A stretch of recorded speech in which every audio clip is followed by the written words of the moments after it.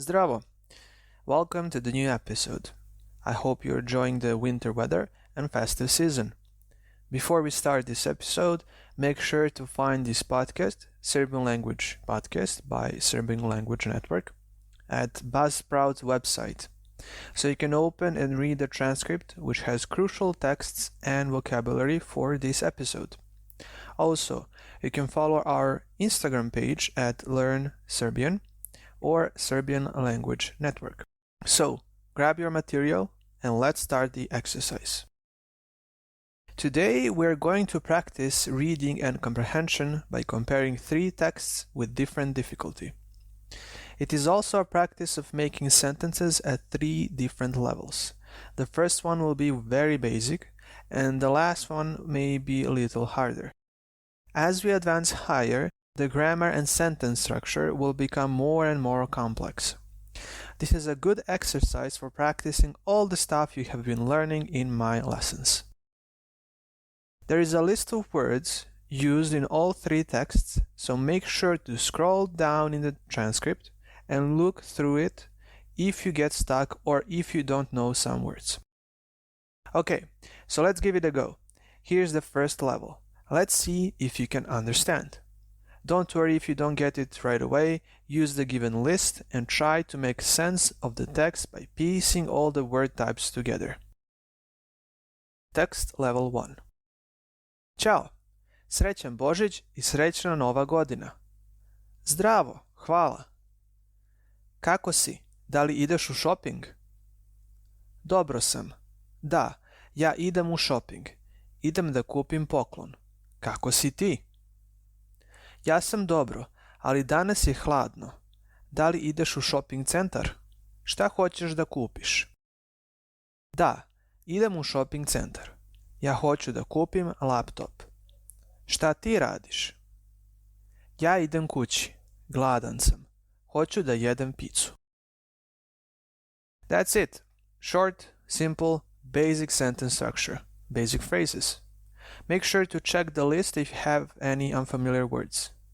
Now, let's add some more advanced sentence structure. This is the text in level 2.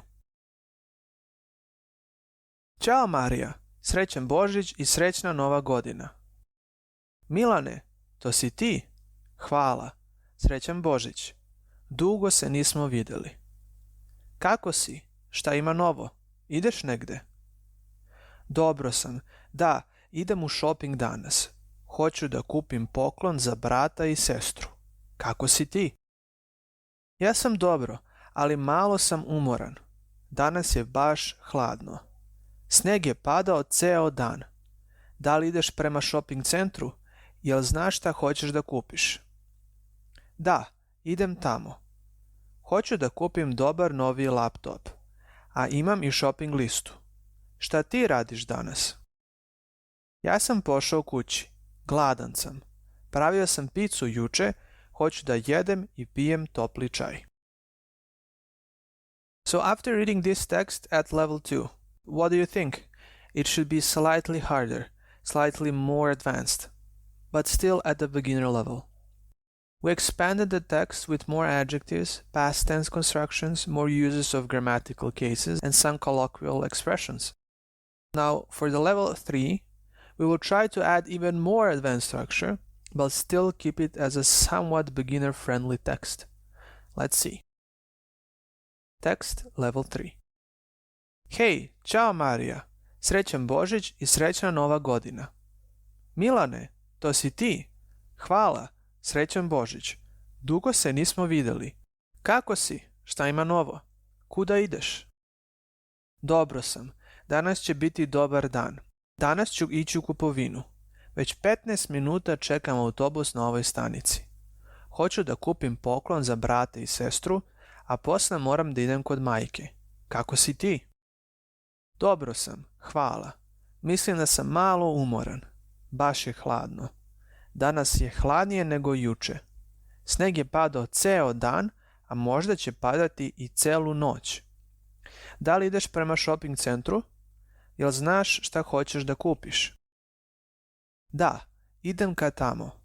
Hoću da kupim dobar novi laptop, ali ne znam šta da kupim mami i tati. Imam veliku shopping listu, moram da kupim stvari za tortu. Šta ti radiš danas? Hoćeš da idemo na kafu? Ja sam pošao kući. Mnogo sam gladan. Pravio sam picu juče celu noć. Hoću da pojedem 2-3 parčeta i posle toga da ležim na kauču i popijem topli čaj. Možemo da idemo na kafu sutra, ako hoćeš. If you stayed with me through this level, you're a true dedicated student. For some more advanced students, this text should not be that big of a challenge, but for all of you beginner warriors out there, this can be a head scratcher. Here we have both simple past and future tenses, even more examples of different grammatical cases, comparatives of adjectives, numbers, adverbs, etc. Here's the list of words you can look through if you get stuck at any point in the text. We have vocabulary, consisted of nouns, verbs, adjectives, adverbs, prepositions, connectors, and similar. Well, that's it for this episode. I hope it helped you understand a bit more how we form sentences in Serbian and how we use the stuff we learned in the course. Please follow us on our Instagram page as well at Learn Serbian or Serbian Language Network. If you have any questions or suggestions, you can send us a DM. See you next time. Vidimo se. Ciao.